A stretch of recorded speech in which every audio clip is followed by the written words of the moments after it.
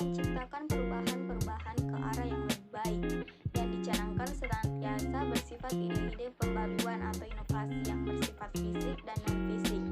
Pembangunan ekonomi menurut Clay Jones 1975 adalah pencapaian pengetahuan dan keterampilan baru, peradaban baru, kebutuhan manusia, serta peningkatan pengetahuan dan kemandirian manusia. Tapi, teori pembangunan ekonomi berfokus pada menurut PDB nasional karena faktor-faktor tersebut: moderasi sumber daya baru, kemajuan teknologi, dan pertumbuhan penduduk. Proses pembangunan adalah pendekatan komprehensif terhadap pertumbuhan dan pemerataan yang melibatkan perubahan struktur perekonomian dan pertumbuhan penduduk. Proses pembangunan ekonomi dapat dibagi menjadi 3 metode: produksi, distribusi, dan distribusi. Pembangunan sebagai perubahan sosial. Pembangunan adalah program pembangunan yang dicanangkan senantiasa bersifat ide-ide pembaruan atau inovasi yang bersifat fisik dan non-fisik.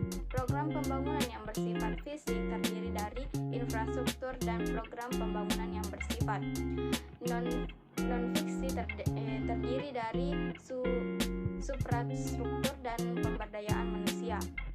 Perubahan sosial adalah perubahan yang diharapkan dalam proses pembangunan pada hakikatnya.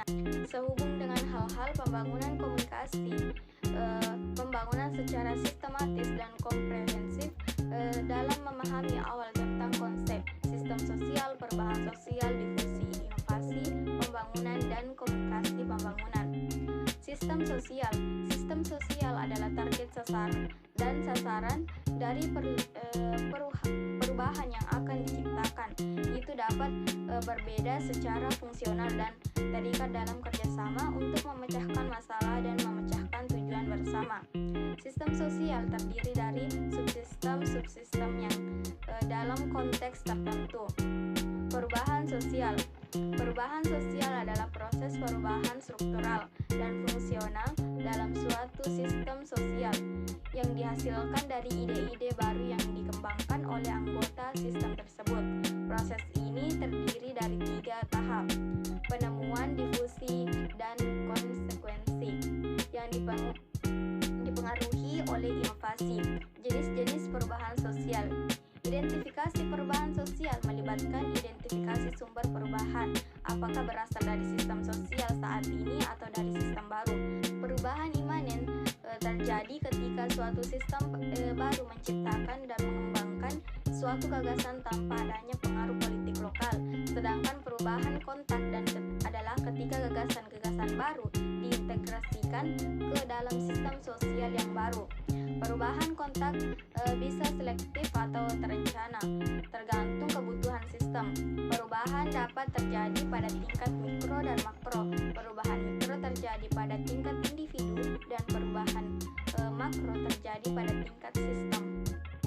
B. Pengertian paradigma pembangunan. Paradigma, istilah bahasa Indonesia, mengacu pada model atau sistem berpikir. Ini adalah pemahaman teoritis umum tentang hukum, metode, dan pendekatan terhadap pengetahuan yang menunjukkan makna, isi, dan karakternya.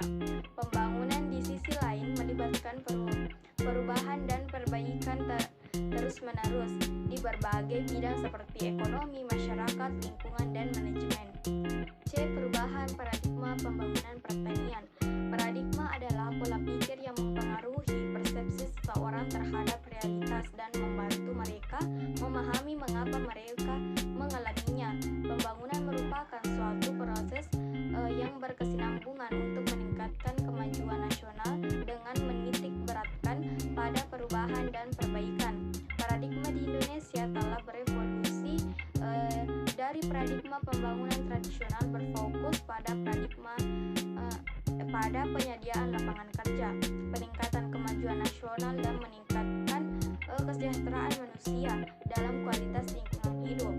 Ini mengatasi berbagai masalah seperti degradasi lingkungan, dan masalah sosial. Paradigma yang berorientasi pada keuntungan sebaiknya dibandingkan dengan paradigma berkelanjutan yang lebih fokus pada efisiensi lingkungan. Sistem pembangunan harus mempertimbangkan perencanaan dari bawah ke atas, administrasi pemerintah, praktik agroekologi, dan penggunaan sistem bisnis. Renstra Kemitraan Pertanian tahun 2015 sampai 2019.